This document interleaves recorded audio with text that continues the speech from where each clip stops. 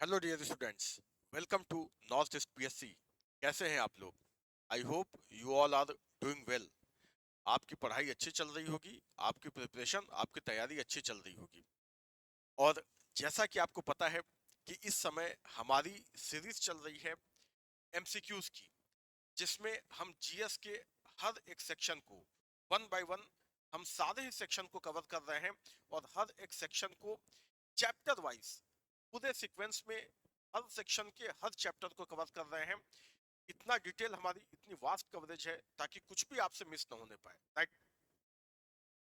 और इसमें हिस्ट्री और पॉलिटी ये खुद मैं आपके लिए लेकर आ रहा हूं।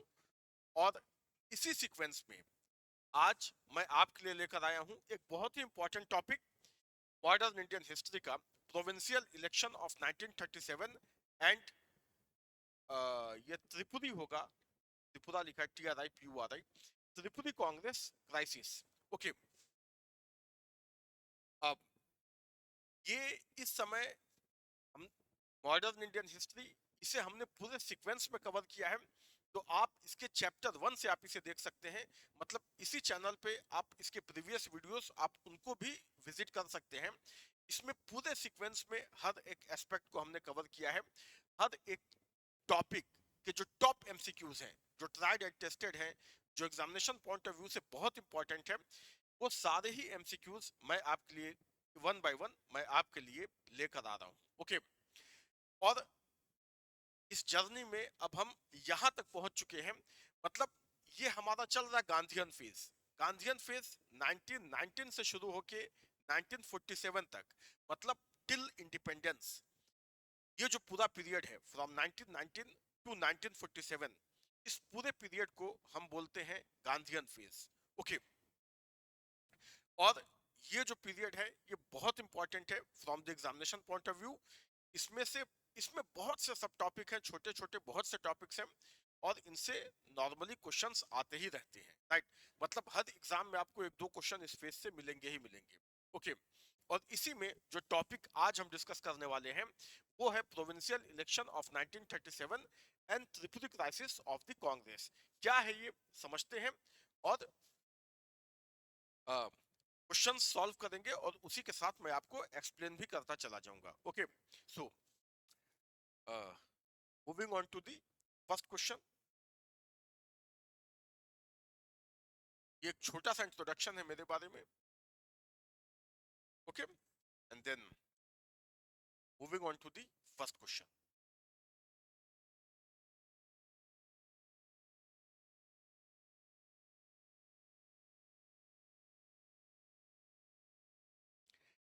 The Congress Socialist Party was founded in 1934 by Congress Socialist party.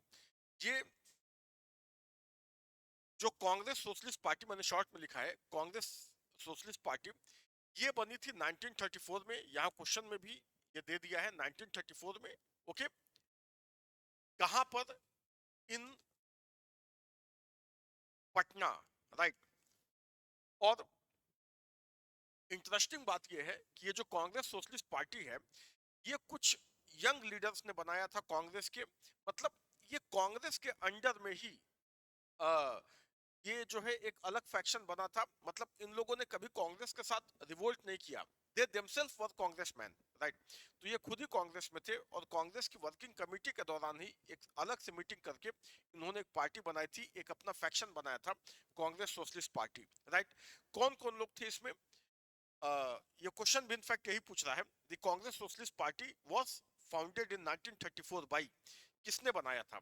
It was founded bye, ये चार ऑप्शंस है क्या क्या? Jawaharlal Nehru and Vinoba Bhave, Jawaharlal Nehru and Jayaprakash Narayan, Jayaprakash Narayan and Acharya Narendra Dev, Ashok Mehta and doctor Rajendra Prasad. यहाँ पे राइट आंसर हो जाएगा जयप्रकाश नारायण एंड आचार्य नरेंद्र देव। ओके, आचार्य नरेंद्र देव इस पार्टी के पहले प्रेसिडेंट बने, और जयप्रकाश नारायण इसके सेक्रेटरी बने, right. So this party was, ये दो नाम आपको याद रखना है related with Congress Socialist Party. This party was founded by Jayaprakash Narayan and Acharya Narendra Dev, right. कहां पे बनी? पटना में। कब? इन 1934। राइट। और ये कोई अलग से पार्टी नहीं थी, ये लोग खुद भी कांग्रेस में थे और ये कांग्रेस के अंदर ही एक फैक्शन था, because they were inspired by the socialist ideas. ये सोशलिस्ट आइडियाज से बहुत ज्यादा इंस्पायर्ड थे, राइट। और उसलिए उसको एक अलग आइडेंटिटी देने के लिए इन्होंने एक अलग फैक्शन अपना बनाया, Congress Socialist party, hence the name Congress. ये खुद भी कांग्रेस में थे, राइट। तो उसे एक अलग वो एक पार्टी बनाई on the socialist lands, Congress Socialist party, right. अब देखो यहाँ पे आपको थोड़ा सा कंफ्यूजन हो सकता है। Nehru himself was very much inspired by the socialist ideas. वो तो जाने ही इसीलिए जाते हैं, जो फेबियन सोशलिज्म, जो एक सोशलिस्ट आइडियोलॉजी का जो एक स्ट्रीम है जिसे हम फेबियन सोशलिज्म कहते हैं, Nehru was one of the pillar of Fabian socialism, right. लेकिन उनका इस पार्टी से कोई मतलब नहीं था, वो कभी भी इस पार्टी में नहीं रहे, राइट। तो आपको कंफ्यूज नहीं होना है। तो Nehru is known for his socialist ideas, वो भी इसलिए जाने जाते हैं, लेकिन वो इस पार्टी में कभी नहीं रहे। This party was made by Jayaprakash Narayan and Acharya Narendra Dev. ये दो नाम आपको याद रखना है, right. So moving to the next question.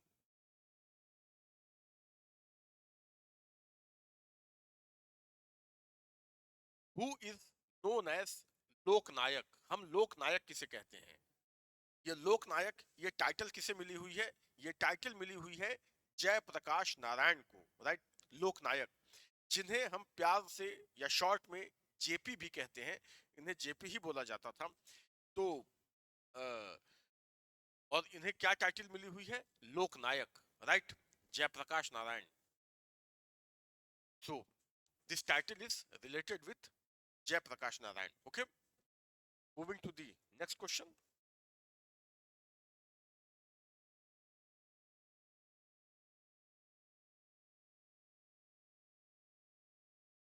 In which of the following provinces did the Indian National Congress not obtain a full majority in the provincial legislature election held in 1937? Okay, ये पूछ रहा है कि इनमें से किस province में, यहाँ पे चार ऑप्शन दिए हुए हैं, इंडियन नेशनल कांग्रेस को नॉट मतलब फुल मेजॉरिटी नहीं मिली। कब? इन प्रोविंशियल इलेक्शन हेल्ड इन 1937, जो 1937 में प्रोविंशियल इलेक्शन हुए थे, राइट। उनमें से किस प्रोविंस में कांग्रेस को फुल मेजॉरिटी नहीं मिली? तो प्रोविंशियल इलेक्शन की बात हो रही है, तो थोड़ा सा मैं इसको ब्रीफ कर देता हूं आपको, ठीक है, ताकि आपको एक कंप्लीट अंडरस्टैंडिंग बने। आंसर तो बताना बहुत आसान है, मैं 1 मिनट में आंसर बता के आगे बढ़ जाऊंगा, राइट। बट आपको एक अच्छी अंडरस्टैंडिंग मिले, इसके लिए मैं थोड़ा सा इस टॉपिक को आपको ब्रीफ कर देता हूं। और देखो, मैं आपसे ये भी एक्सपेक्ट करता हूं, अगर आप चाहते हैं कि ये जो सीरीज है या ये जो सेशंस है, इसका पूरा बेनिफिट आपको मिले, तो थंबनेल में आपको टॉपिक तो दिख ही जाता है, तो फिर आप उस टॉपिक को थोड़ा सा रिवाइज करें और उसके बाद आप इन क्वेश्चंस को सॉल्व करें, तो आपको इसका पूरा बेनिफिट मिलेगा। मतलब ऑलरेडी आपने टॉपिक को देखा, कॉन्सेप्ट आपका क्लियर है, उसके बाद आप मेरे साथ साथ क्वेश्चंस को सॉल्व करें। क्योंकि देखो, मैं आंसर इमीडिएटली तो बताता नहीं हूं, मैं क्वेश्चन पढ़ता हूं, एक पॉज लेता हूं, क्वेश्चंस को डिस्कस करता हूं, उसके बाद ही मैं आंसर बताता हूं। तो आप भी क्वेश्चंस को साथ साथ में सॉल्व कर सकते हैं मेरे साथ, ओके। तो इससे आपका रिवाइज भी हो जाएगा और आपका वो टॉपिक हमेशा के लिए आपका प्रिपेयर हो जाएगा, राइट। मतलब you will become exam ready, जिसे बोलते हैं एग्जाम रेडी आप हो जाएंगे। सो वो है, तो आप इन टॉपिक्स को अगर आप रिवाइज करके आए तो आपको इसका पूरा बेनिफिट मिलेगा। अदरवाइज मैं इसे एक्सप्लेन तो कर ही देता हूँ, नहीं भी आप रिवाइज करके आएंगे तो इसे सॉल्व करते करते भी आपका ये टॉपिक प्रिपेयर हो जाएगा, right. This much I can promise you, okay. तो देखते हैं, यहाँ बात हो रही है प्रोविंशियल इलेक्शन की, तो थोड़ा इसके बारे में जान लेते हैं। Government of India act 1935, right. 1935 में ब्रिटिश गवर्नमेंट ने एक लॉ पास किया जिसे बोला जाता है government of India act 1935, right. ये जो गवर्नमेंट ऑफ इंडिया एक्ट 1935 है, इसी में इलेक्शंस करवाने की बात की गई थी और इसी के बेसिस पे 1937 में देश में इलेक्शंस हुए, राइट। इलेक्शन टोटल कितने प्रोविंसेस के लिए हुए? Province means state. टोटल कितने प्रोविंसेस के लिए हुए? ये सारे भी जो इंफॉर्मेशन मैं लिख रहा हूं, ये सब एग्जाम में पूछा जाता है। ये सब इंपॉर्टेंट है, एग्जाम में आ सकता है। तो आप एक नोटबुक और एक पेंसिल लेके, आप एक नोटबुक और एक कुछ पेन वगैरह लेके आप इसे, जो भी मैं इंफॉर्मेशन दे रहा हूं, आप इसे नोट भी कर सकते हैं, राइट। इलेक्शंस हुए for total 11 provinces, right. Total 11 provinces के लिए इलेक्शन हुए। इन ये जो टोटल 11 प्रोविंसेस हैं, Congress got full majority, full majority इन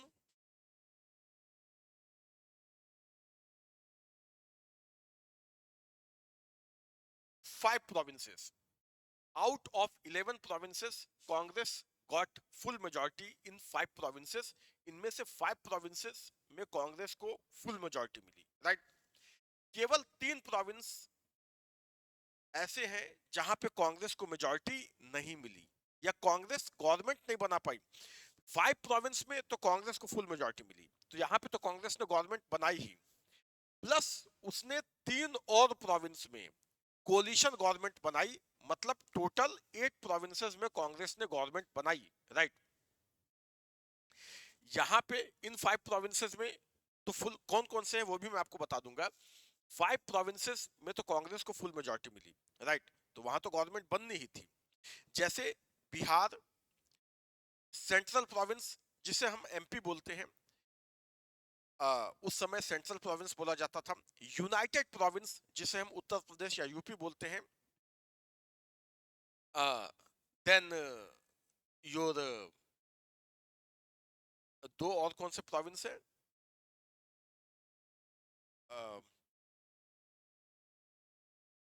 दो और प्रोविंस है, मुझे नाम नहीं याद आ रहे हैं।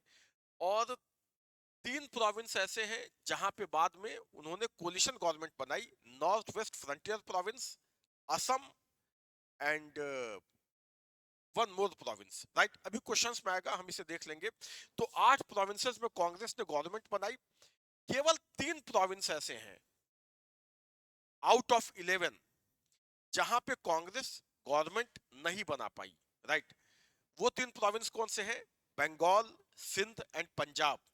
तो बेसिकली आपको ये 3 प्रोविंस ही याद रखने हैं, क्योंकि बाकी हर जगह कांग्रेस की गवर्नमेंट बन गई, राइट। तो मैं भी ये 3 प्रोविंस याद रखता हूं और इससे रिलेटेड सारे क्वेश्चन सही होते हैं। ये 3 प्रोविंस कौन कौन से हैं? मतलब 3 आपको याद है तो बाकी जो बचा उसमें सब में तो कांग्रेस ही है। 3 ही प्रोविंस ऐसे थे जिसमें कांग्रेस ने गवर्नमेंट नहीं बना पाई।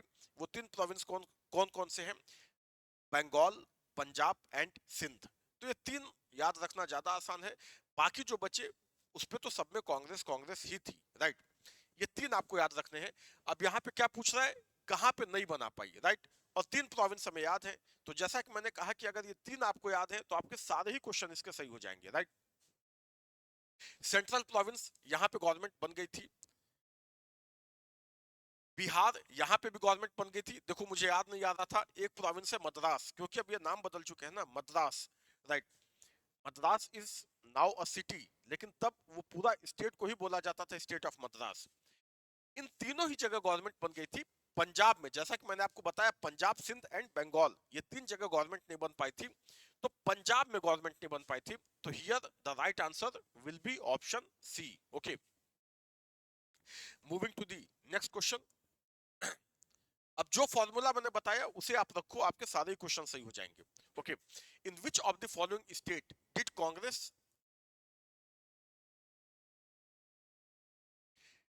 Congress not win an absolute majority in the election for the Legislative Assembly which were held under the 1935 Act?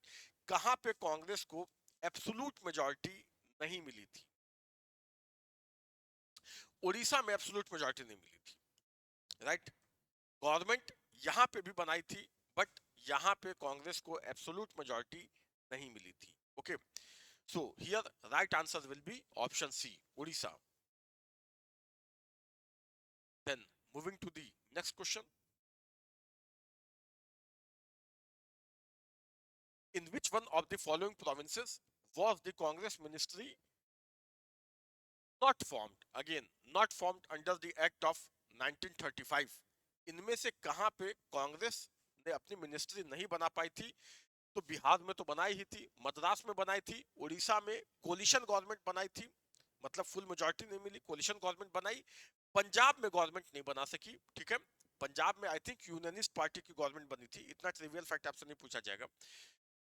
Not formed under the act of 1935, it is Punjab. So here option D is the right answer. Okay,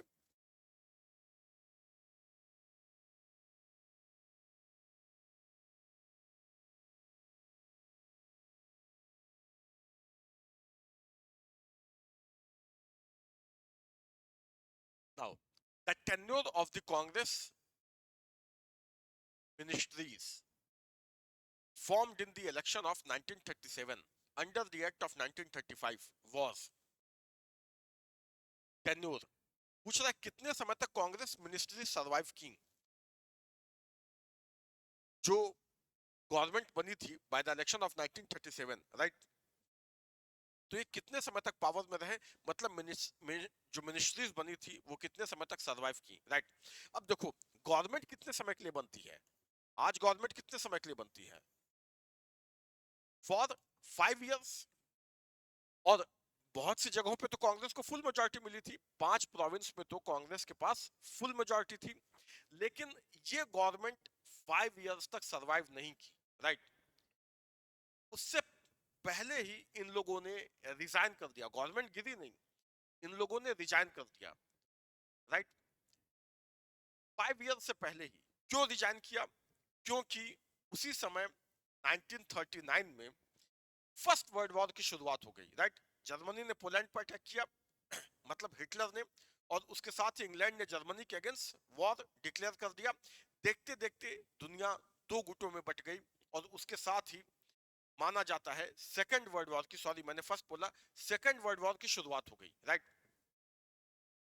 तो और जैसे ही second world war की शुरुआत हुई, उस समय India में viceroy ने यह डिक्लेयर कर दिया कि जो इंडिया है वो इस वॉर में जर्मनी के अगेंस्ट हमारे साथ है। कांग्रेस ने इसका विरोध किया। कांग्रेस ने क्या बोला, in opposition to this what Congress demanded that first give us independence. आप पहले हमें इंडिपेंडेंस दे दीजिए, आजाद कर दीजिए, उसके बाद हम आपका साथ देंगे, राइट।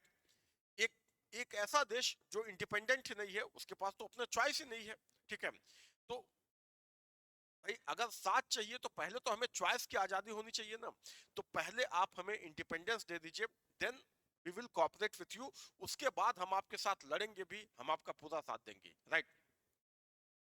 तो इसी इशू के विरोध में जो वायसरॉय ने डिक्लेयर किया कि इंडिया हमारे साथ है, right, without consulting the Indian opinion, without consulting with the Congress, right, he unilaterally declare that India is fighting with us in this war, right? And in oppose to this, Congress declared, Congress, the ministries of the Congress resigned, right? Congress ने resign कर दिया। तो ये कब resign किया और ये government कितने समय तक चली? नॉर्मली 5 ईयर तक गवर्नमेंट चलती है, बट ये गवर्नमेंट कितने समय तक चली? Only for 28 months. 1937 में बनी ये गवर्नमेंट और 1939 में इन्होंने रिजाइन कर दिया। तो कुल मिला के ये 28 मंथ्स तक ये गवर्नमेंट चली, राइट। तो ये आपको याद रखना है, ये बार बार एग्जाम में पूछा जाता है। The government survive only for 28 months. Okay, moving to the next question.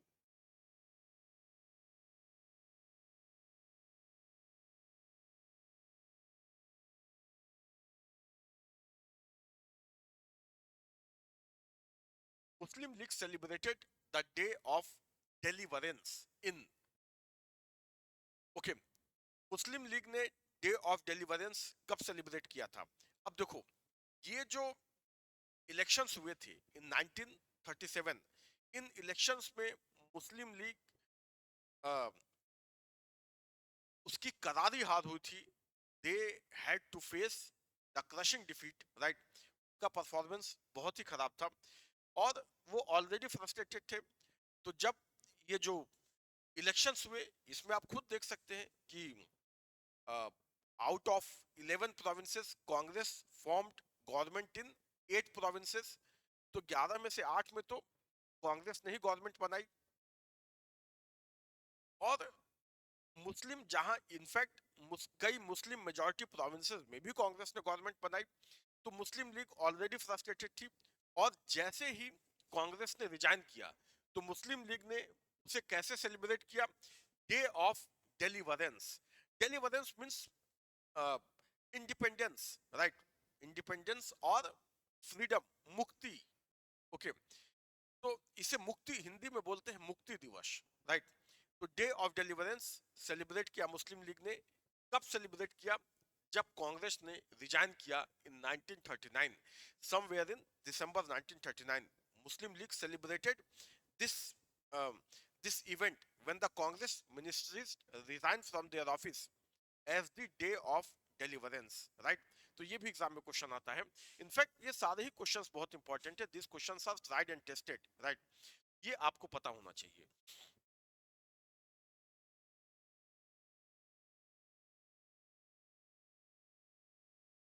Who of the following presided over the Haripura session of Indian National Congress?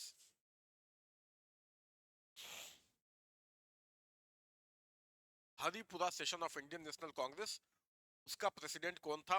देखो, हरिपुरा सेशन हुआ था 1938 में, कभी कभी ये भी पूछ लेते हैं 1938 में।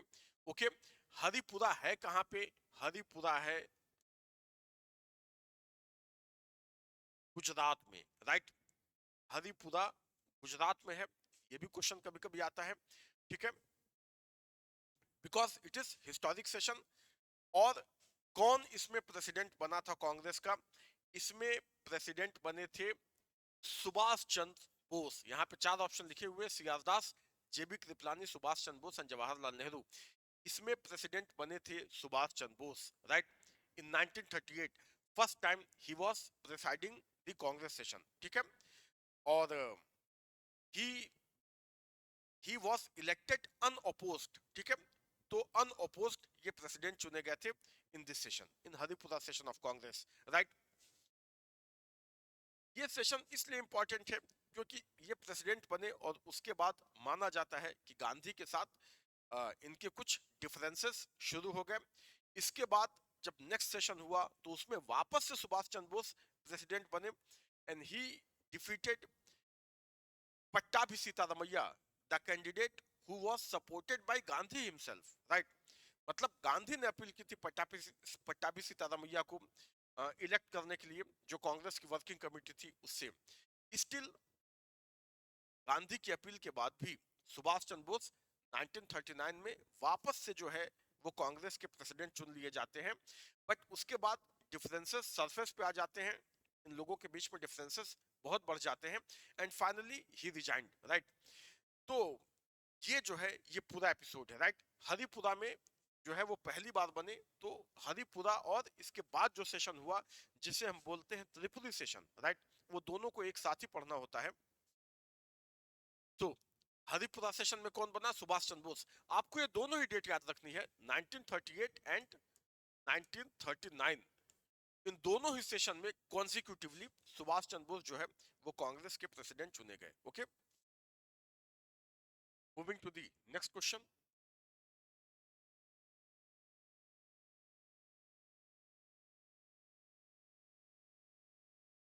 Adipura, where annual session of the Indian National Congress was held under the presidency of Subhash Chandra Bose in 1938, is situated in the state of.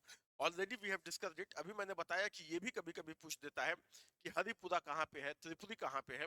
Okay, so Haripura it is situated in the state of, already इसे मैंने discuss कर ही दिया, board पे मैंने लिखा था previous question में। So it is in Gujarat, right? Haripura है गुजरात में। Okay, then moving to the next question.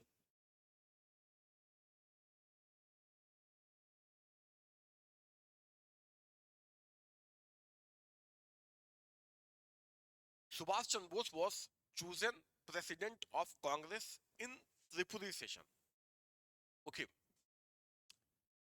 मैंने आपको बताया 1938 में हरिपुरा सेशन हुआ, उसमें ये अनअपोज चुने गए president Subhash Chandra Bose. And then in 1939 Tripuri session हुआ और त्रिपुरी सेशन में he defeated Pattabhi Sitaramayya, the candidate supported by Gandhi himself.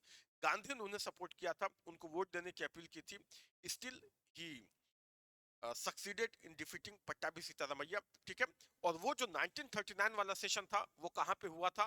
Tripuri में, राइट, त्रिपुरी में। और ये अगेन वही पूछ रहा है कि ये त्रिपुरी जो है वो किस स्टेट में पड़ता है।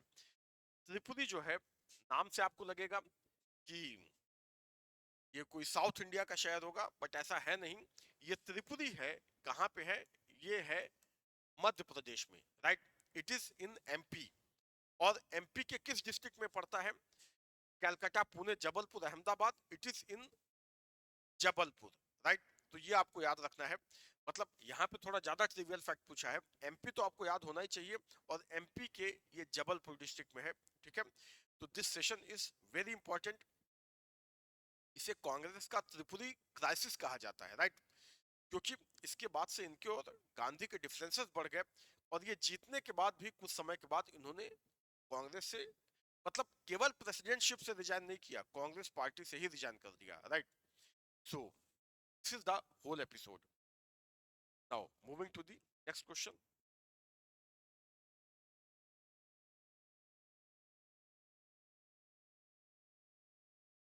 In which of the following session of Indian National Congress was Subhash Chandra Bose elected as president for the second time?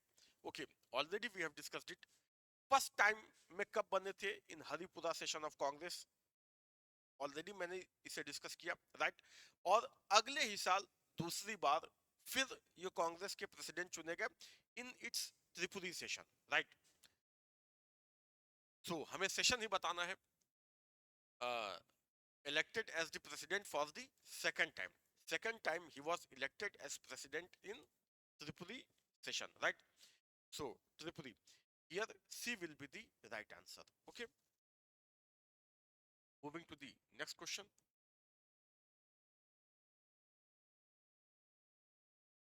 Subhash Chandra Bose defeated Pattabhi Sitaramayya. Okay, already इसे मैंने कई बार रिपीट कर दिया, आपको याद भी हो गया होगा। Pattabhi Sitaramayya and became president of Indian national Congress at, already we have discussed it, Tripuri session in 1939, right. इसी सेशन में इन्होंने पट्टाभी सीतारमैया को हराया था। He was supported by Gandhi, right. और इस हार के बाद जब पट्टाभी सीतारमैया हार गए तो गांधी ने बोला भी था, ये पट्टाभी सीतारमैया की नहीं, ये it is my personal defeat, ये मेरी पर्सनल हार है, व्यक्तिगत हार है, right. As if I am contesting for the post of the president, right. So ये गांधी जी ने बोला था। ओके, सो ये कौन सा सेशन था? Tripuri session 1939, right. Then moving to the next question.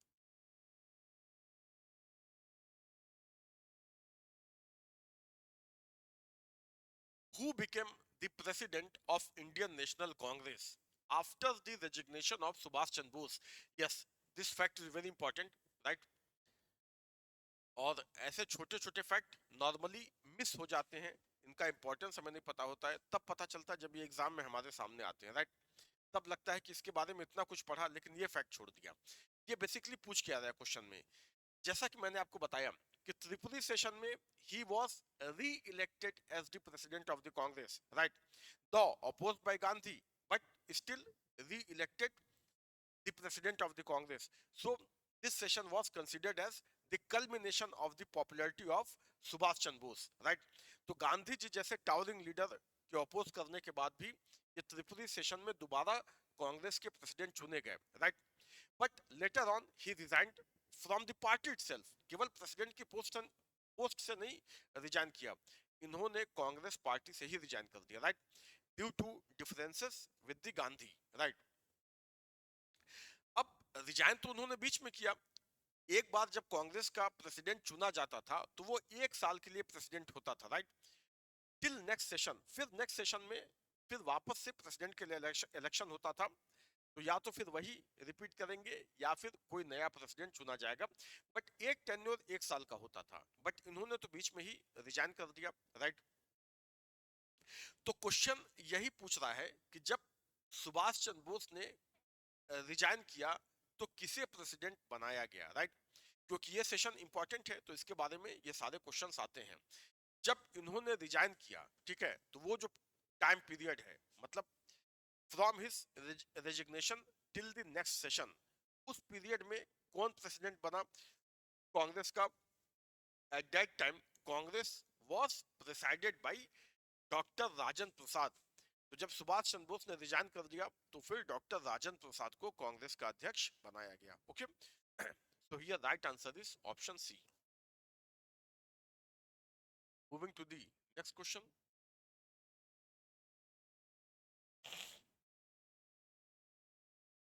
Which Indian nationalist leader looked upon a war between Germany and Britain? Which Indian nationalist leader looked upon a war between Germany and Britain? Okay, as मतलब second word war, as God sent, यहाँ पे space होगा, God sent opportunity which would enable Indians to exploit situation to their advantage. Okay,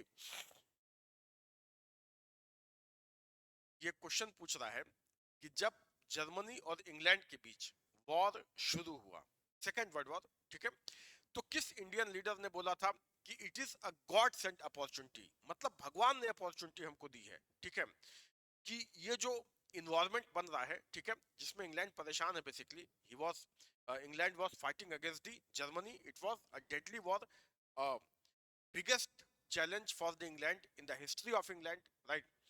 तो किस leader ने बोला था कि ये हमारे लिए एक एडवांटेज है, right, it is a God sent opportunity for us, right, God sent opportunity which would enable Indian to exploit the situation to their advantage, right। ये हम अपने एडवांटेज में इस सिचुएशन को एक्सप्लॉइट कर सकते हैं। ये किसने बोला था? C Rajagopalachari, M A Jinnah, Mohammad Ali Jinnah, Subhash Chandra Bose and Jawaharlal Nehru. In fact this view was expressed by Subhash Chandra Bose, right. ये सुभाष चंद्र बोस ने बोला था। इनफैक्ट गांधी जी का क्या मानना था कि इस समय ब्रिटेन जो है वो परेशान है, सेकेंड वर्ल्ड वॉर, वो जो उनके हिस्ट्री का जो सबसे बड़ा थ्रेट है, सबसे बड़ा चैलेंज है, इस समय उनको वो फेस करना पड़ रहा है। तो हमें इस समय गवर्नमेंट को हैरेस नहीं करना चाहिए, ठीक है, हमें, हालांकि बाद में उन्होंने भी फिर क्विट इंडिया मूवमेंट स्टार्ट किया। अभी सेकेंड वर्ल्ड वॉर चल ही रहा था, तब तक इंडिया में क्विट इंडिया मूवमेंट स्टार्ट हो गया, क्योंकि ब्रिटिश गवर्नमेंट वो कांग्रेस की डिमांड को बिल्कुल भी, it was not paying heed to the demand of the Congress. तो उन्होंने भी शुरू किया, बट इनिशियली उन्होंने कॉपरेट करने की कोशिश की, लेकिन सुभाष चंद्र बोस ने बोला कि हमें ये जो है इसे एक अपॉर्चुनिटी के रूप में देखना चाहिए। वॉर इंग्लैंड के अगेंस्ट हो रहा है, हमारे अगेंस्ट नहीं, तो इसे हमें अपने फेवर में यूज करना चाहिए। और उन्होंने ये कोशिश की भी, उन्होंने ये कोशिश की भी। वो जर्मनी गए, हिटलर से मिले, ठीक है, जापान गए, वहां की गवर्नमेंट से बात की, ठीक है, ताकि मतलब द बेसिक आइडिया, दुश्मन का दुश्मन दोस्त होता है, तो मतलब we are also fighting against England, they are also fighting against England, so let's fight together, let's do it together, right. ये उनका आइडिया था। ओके, सो ये जो है आइडिया किसका है? ये सुभाष चंद्र बोस का है, राइट। अगर आपने थोड़ा भी इनके बारे में हिस्ट्री पढ़ी होगी या फिर आईएनए वगैरह के बारे में आपने पढ़ा होगा, आजाद हिंद फौज, इंडियन नेशनल आर्मी, तो आप आसानी से इसका आंसर आप कर देंगे, right. So here right answer is option C. Then okay, तो ये छोटा सा टॉपिक था, इसमें ज्यादा क्वेश्चंस थे नहीं, but this questions are very important, right. ये क्वेश्चंस बहुत ही इंपॉर्टेंट है। ये जो गांधीयन फेज है, इसमें छोटे छोटे टॉपिक्स बहुत ज्यादा हैं, ठीक है, but every topic is has its own historical importance. Every topic is historically important, historical point of view से तो इंपॉर्टेंट है ही, as well as these topics are also important from the examination point of view, right। तो ये छोटे छोटे topic है, skip हो जाते हैं, बट अगर आप हमारे साथ इस सेशन में बने हुए हैं तो आपका कोई भी टॉपिक स्किप नहीं होने पाएगा, ठीक है। हम सब कुछ पूरे सीक्वेंस में पूरे अच्छे से कवर कर रहे हैं, राइट। तो ये टॉपिक देखते देखते तो आपका कॉन्सेप्ट भी क्लियर हो जाता होगा। और अगर आप इन टॉपिक्स को थोड़ा सा पढ़ के आइए, उसके बाद आप इन सेशंस को अटेंड करिए, तब तो ये आपका हमेशा के लिए प्रिपेयर हो जाएगा, राइट। और यही हमारा ऑब्जेक्टिव भी है, इसीलिए हम इस सीरीज को लेकर आ भी रहे हैं। Okay, so this is all for today. और नेक्स्ट सेशन में फिर इसी सीक्वेंस में हम नेक्स्ट टॉपिक लेकर आएंगे, ठीक है। Till then keep reading, keep growing. Okay, bye bye, take care.